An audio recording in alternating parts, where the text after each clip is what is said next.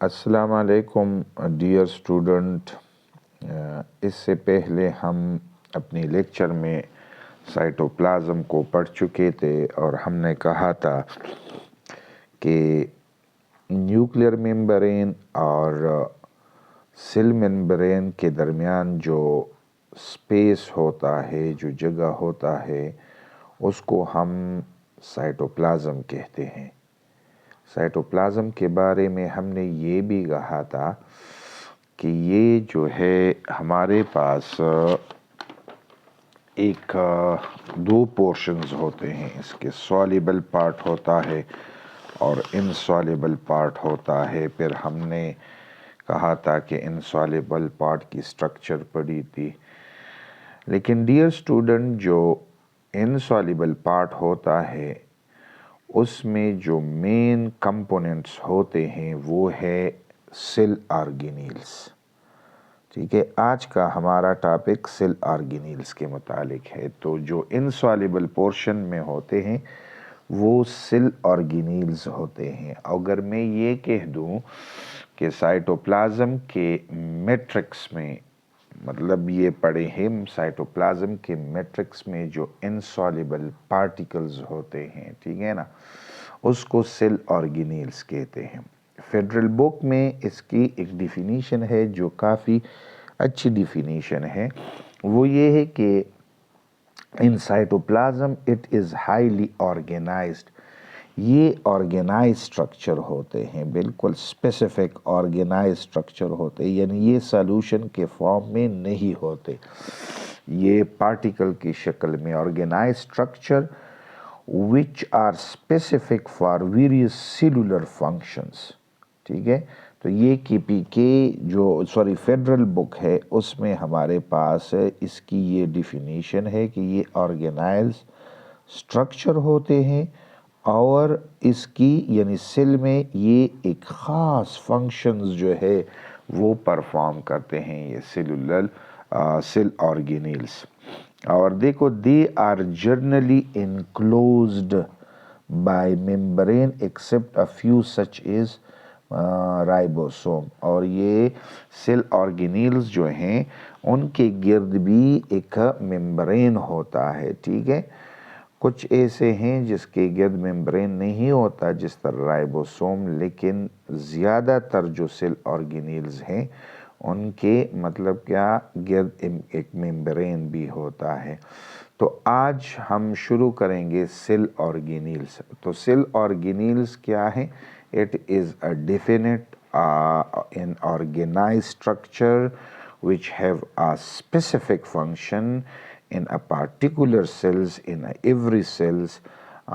इसको हम और सेल ऑर्गेनील्स कहते हैं। मुख्तलिफ़ किस्म के सेल ऑर्गेनील्स हैं, जिस तरह एंडोप्लाज्मिक रेटिकुलम है, माइटोकॉन्ड्रिया है, प्लास्टिड है, राइबोसोम्स हैं, ठीक है, गोल्जी कम्प्लेक्स है। ये सारे हमारे पास सेलुलर सेल ऑर्गेनील्स हैं।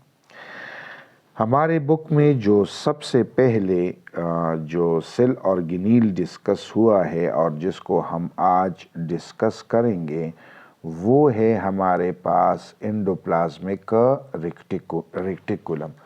एंडोप्लाज्मिक रेटिकुलम के मुतालिक हम क्या करेंगे, पढ़ेंगे। ठीक है, अब एंडोप्लाज्मिक रेटिकुलम क्या है? अगर मैं आपको सादा से अल्फाज में कह दूं, इनफॉर्मल लैंग्वेज में आपसे एंडोप्लाज्मिक रेटिकुलम के मुतालिक कह दूं, तो ये क्लोज्ड पाइप्स हैं, ये क्लोज ट्यूब्स हैं। जिस तरह मतलब क्या होते हैं, पाइप्स होते हैं, ट्यूब्स होते हैं, ठीक है, जो सेल मेम्ब्रेन से स्टार्ट होके पूरे साइटोप्लाज्म में ये डिस्ट्रीब्यूट या स्प्रेड होते हैं और आखिर में सेल मेम्ब्रेन के साथ ये क्या होते हैं, कनेक्ट होते हैं।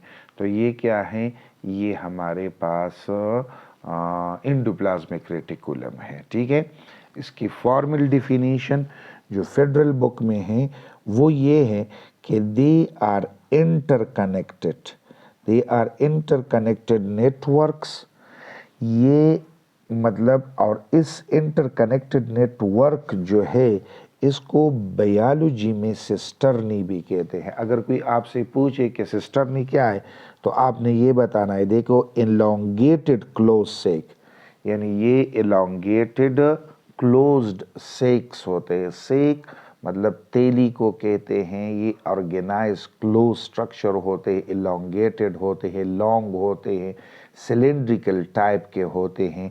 तो ये भी they are interconnected network of cisternae, मतलब ये क्या है, ये एलोंगेटेड क्लोज सेक्स होते हैं which is generally extended from the nuclear membrane to the plasma membrane throughout the cytoplasm। यानी ये सिस्टर्नी होते हैं। Cisternae means elongated close sac जो कि न्यूक्लियर मेम्ब्रेन से स्टार्ट होकर मतलब प्लाज्मा मेम्ब्रेन के साथ कनेक्टेड होते हैं और ये थ्रू आउट द सेल जो हैं वो डिस्ट्रीब्यूट होते हैं या मौजूद होते हैं। ठीक है, अब देखो इसमें नोट करने वाली बात क्या है कि they vary in appearance from cell to cell, यानी हर सेल में वो एक जैसे नहीं होते।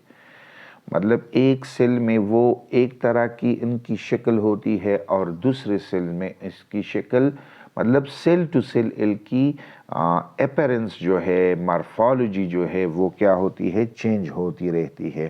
केपीके की बुक में हमारे पास क्या है, केपीके के बुक में हमारे पास एक पॉइंट है, ठीक है, वो ये है कि they separate from the cytoplasm through a spherical or tubular membrane cisternae. देखो मतलब सिस्टर्नी क्या होते हैं, जिनके गिर्द एक मेम्ब्रेन होता है, इलोंगेटेड सेक्स होते हैं। ठीक है, तो साइटोप्लाज्म में चूंकि ये सेल ऑर्गेनेल सारे और एंडोप्लाज्मिक रेटिकुलम भी जो है वो साइटोप्लाज्म में मौजूद होते हैं। तो साइटोप्लाज्म से उनको कौन सेपरेट करता है, एक मेम्ब्रेन से सेपरेट करते हैं और उसी मेम्ब्रेन को हम क्या कहते हैं, सिस्टर्नी भी कहते हैं। ठीक है, तो अब हमने क्या कर ली, हमने डिफिनीशन पढ़ ली किसकी, एंडोप्लाज्मिक रेटिकुलम की। ये एक सेल ऑर्गेनील्स हैं, ये एक ऑर्गेनाइज स्ट्रक्चर्स हैं, ऑर्गेनाइज स्ट्रक्चर है जो न्यूक्लियर मेम्ब्रेन से स्टार्ट होकर पूरे साइटोप्लाज्म में ये मौजूद होता है और मतलब कहाँ तक उसकी मतलब प्लाज्मा मेम्ब्रेन या सेल मेम्ब्रेन तक ये पूरे साइटोप्लाज्म में डिस्ट्रीब्यूट होता है। और ये इंटरकनेक्टेड मतलब नेटवर्क है ट्यूब्स की, इनक्लोज्ड इलोंगेटेड सेक्स होते हैं। ठीक है, तो ये हमारे पास, अगर मैं आपको इसका डायग्राम बता दूं, जो बुक में इसकी डायग्राम है, तो देखिए आपको ये मतलब डायग्राम जो है आपको देखने को मिलेगा। देखो ये क्या है, ये सारा आप ये न्यूक्लियर मेम्ब्रेन, देखो ये न्यूक्लियस है और ये न्यूक्लियर मेम्ब्रेन है, डबल मेम्ब्रेन है न्यूक्लियस का। तो देखो ये यहाँ से स्टार्ट हो के देखो ये क्लोज्ड, ये सिस्टर्नी है, ये देखो ये क्लोज, एक सिस्टर्नी, ये दूसरा सिस्टर्नी, ये तमाम सिस्टर्नी है। तो ये मतलब पूरे साइटोप्लाज्म में इस तरह मौजूद होते हैं। देखो ये सारे एंडोप्लाज्मिक रेटिकुलम है और ये फिर यहाँ पर जो सेल मेम्ब्रेन है उसके साथ क्या होते हैं, अटैच होते हैं। ठीक है ना, तो ये हमारे पास अब हम एंडोप्लाज्मिक रेटिकुलम जो है हमारे पास दो टाइप्स के होते हैं। ठीक है, एंडोप्लाज्मिक रेटिकुलम जो है हमारे पास क्या होते हैं, दो टाइप के होते हैं। एक को हम क्या कहते हैं, देखो एक को हम कहते हैं, ये हमारे पास अगर आपको नज़र आ रहा है तो ये क्या है कि endoplasmic reticulum has two types, two morphological form. Morphological लफ्ज़ जो हैं वो फिज़िकल से निकला है। इनके दो शक्लों में ये सेल मेम्ब्रेन में पाए जाते हैं, दो टाइप्स के होते हैं। ठीक है ना, इनके शेप्स दो तरह के होते हैं। एक को कहते हैं रफ एंडोप्लाज्मिक रेटिकुलम। अब ये रफ क्यों कहते हैं, क्योंकि इसके साथ राइबोसोम जो हैं वो अटैच होते हैं, इसलिए इसको हम रफ एंडोप्लाज्मिक रेटिकुलम कहते हैं। ठीक है, और दूसरा जो हमारे पास है, ठीक है डियर स्टूडेंट, दूसरा जो हमारे पास है वो स्मूथ मतलब एंडोप्लाज्मिक रेटिकुलम होते हैं। इसके साथ राइबोसोम अटैच नहीं होते, ठीक है। तो राइबोसोम के दो मॉर्फोलॉजिकल या दो फिजिकल फॉर्म है, यानी सेल में ये दो शक्लों में, दो शेप्स में पाया जाता है, ठीक है। एक के साथ राइबोसोम अटैच होते हैं, उनको रफ एंडोप्लाज्मिक रेटिकुलम कहते हैं। दूसरे के साथ राइबोसोम अटैच नहीं होते, उसको स्मूथ एंडोप्लाज्मिक रेटिकुलम कहते हैं। फेडरल बुक में एक पॉइंट है और ये आपने याद रखना है कि most cell contain both type of मतलब endoplasmic reticular, however some cells यानी स्केलेटल मसल जो है, स्केलेटल मसल्स कौन से मसल्स होते हैं जो बोन के साथ अटैच होते हैं, उस मसल को हम स्केलेटल मसल कहते हैं। उसमें सिर्फ और सिर्फ क्या होते हैं, smooth type of endoplasmic reticulum के रेटिकुलम होते हैं। और उस वहाँ जो एंडोप्लाज्मिक रेटिकुलम है उनको एक स्पेशल नेम भी कहा जाता है और वो है हमारे पास सार्कोप्लाज्मिक रेटिकुलम, ठीक है। तो फेडरल बुक में का एक पॉइंट है कि दोनों स्मूथ और रफ एंडोप्लाज्मिक रेटिकुलम दोनों मतलब पाए जाते हैं बहुत सारे सेल्स में, लेकिन इस तरह के भी सेल्स हैं जिसमें सिर्फ मतलब क्या होते हैं, स्मूथ एंडोप्लाज्मिक रेटिकुलम होता है और उस वहाँ उनको एक स्पेशल नाम दिया जाता है जिसको हम कहते हैं सार्कोप्लाज्मिक रेटिकुलम कहते हैं, ठीक है। अब सबसे पहले हम पढ़ेंगे रफ एंडोप्लाज्मिक रेटिकुलम।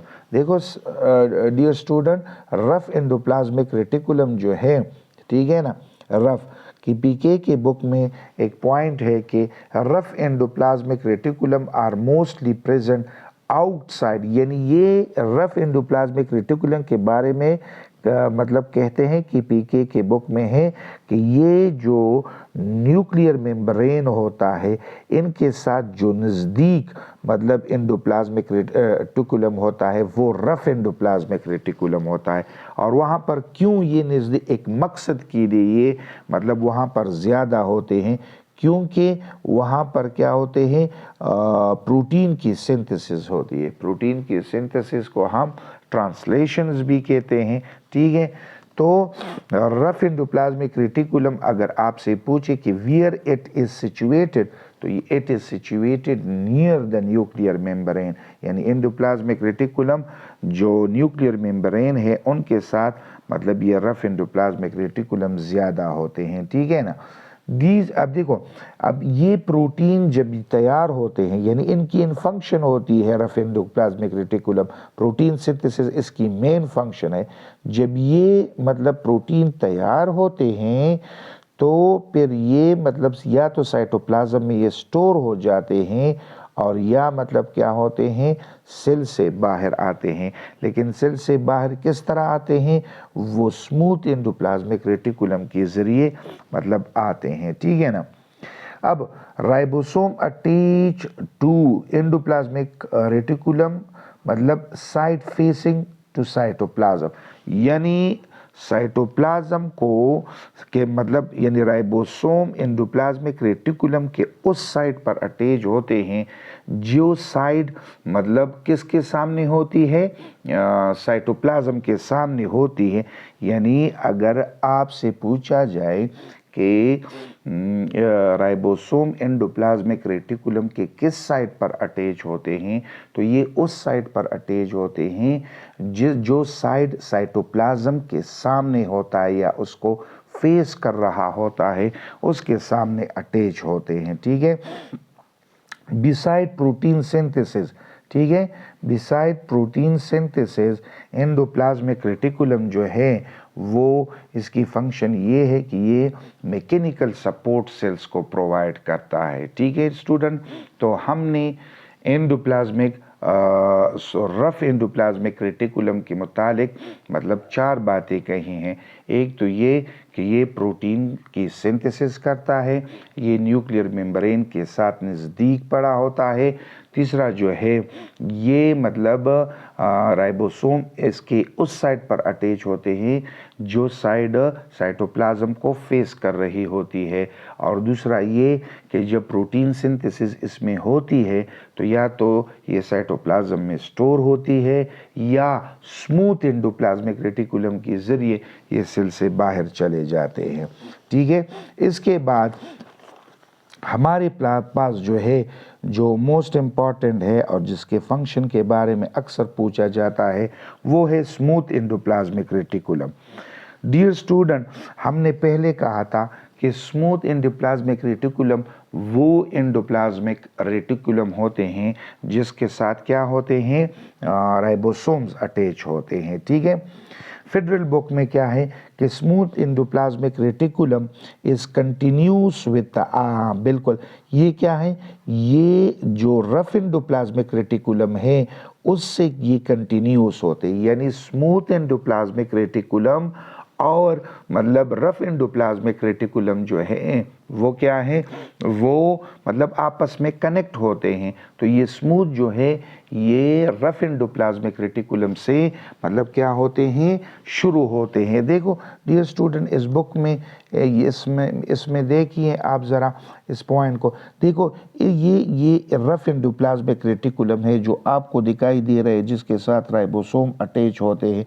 और देखो स्टूडेंट, ये जो है हमारे पास स्मूथ एंडोप्लाज्मिक रेटिकुलम होते हैं, तो ये स्मूथ एंडोप्लाज्मिक रेटिकुलम और रफ एंडोप्लाज्मिक रेटिकुलम जो है ये आपस में अटैच होते हैं, कनेक्ट होते हैं। तो इसलिए फेडरल बुक में इसके मुतालिक कहा गया है कि ये कहाँ से मतलब शुरू होते हैं, कंटिन्यूस होते हैं, मतलब रफ एंडोप्लाज्मिक रेटिकुलम। ठीक है, as ribosome not attach to it they appear smooth under the electronic microscope. तो चूंकि इसके साथ राइबोसोम अटैच नहीं होते तो ये स्मूथ अपीयरेंस इसकी है। फंक्शन इसकी क्या है, स्मूथ एंडोप्लाज्मिक रेटिकुलम की जो फंक्शन है वो बहुत ज़्यादा इम्पॉर्टेंट है। अक्सर औकात इसमें मतलब क्या आता है, क्वेश्चन एमडीकेट में भी इसके मुतालिक बहुत सारे क्वेश्चन आते हैं। तो फंक्शन इसकी ये है कि ये मेटाबॉलिज्म में इन्वॉल्व होता है, कार्बोहाइड्रेट की मेटाबॉलिज्म में ये इन्वॉल्व होता है। ठीक है, लिपिड सिंथेसिस करता है, लिपिड सिंथेसिस, और लिपिड में ये ऑयल, फास्फोलिपिड और स्टीराइड की सिंथेसिस करता है। ठीक है, और दूसरा डिटॉक्सिफिकेशन करता है, यानी जो टॉक्सिक सब्सटेंस होते हैं उसको ख़त्म कर देता है। जिस तरह ड्रग्स होते हैं, पॉइजन होते हैं, इसको डिटॉक्सिफाई करता है। और ये कहाँ पर, लीवर सेल्स में। तो ये सबसे इम्पॉर्टेंट बात है कि आपसे पूछा जाएगा कि इन स्मूथ एंडोप्लाज्मिक रेटिकुलम, एक तो ये पूछा जाएगा कि which of the following detoxify the मतलब पॉइजन, तो ये एंडोप्लाज्मिक रेटिकुलम है। अगर मोर स्पेसिफिक पूछा जाए तो फिर ये क्या है, स्मूथ एंडोप्लाज्मिक रेटिकुलम है। और अगर ये पूछा जाए कि किस सेल्स में, तो ये लीवर्स के सेल्स में। ये कैल्शियम आयन जो है इसको स्टोर करता है। ठीक है, हाँ, ये responsible for the transmission of nerve, इसमें जो मतलब क्या होते हैं, नर्व ट्रांसमिशंस होते हैं या मसल इम्पल्स होता है, इसके लिए ये क्या होता है, रिस्पॉन्सिबल होता है।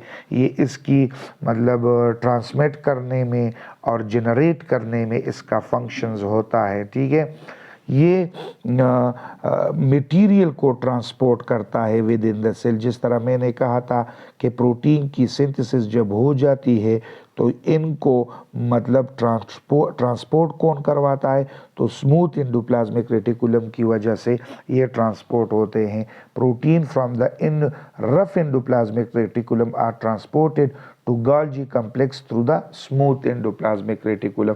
यानी जो रफ एंडोप्लाज्मिक रेटिकुलम में प्रोटीन की सिंथेसिस होती है तो इसकी मॉडिफिकेशन, इसकी पैकेजिंग गोल्गी कॉम्प्लेक्स में होती है।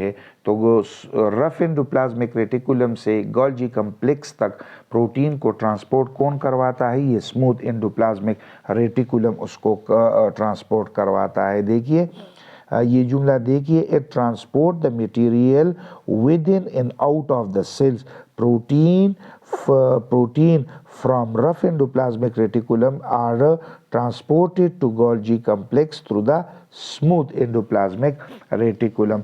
और इसके अलावा जो मतलब ये सेल को मैकेनिकल सपोर्ट भी प्रोवाइड करता है, चूँकि ये थ्रू आउट द सेल्स मौजूद होते हैं तो ये मैकेनिकल सपोर्ट भी सेल्स को प्रोवाइड करता है। तो डियर स्टूडेंट, ये एंडोप्लाज्मिक रेटिकुलम है, ये मतलब board examination point of view से और एमडीकेट पॉइंट ऑफ व्यू से ये बहुत ज़्यादा इम्पॉर्टेंट है। आई होप कि आप एंडोप्लाज्मिक रेटिकुलम जो है आप इनको समझ चुके होंगे। अगर इसके मुतालिक फिर भी कोई क्वेश्चन है तो आप मुझे कमेंट सेक्शन में पूछ सकते हैं। Thank you very much.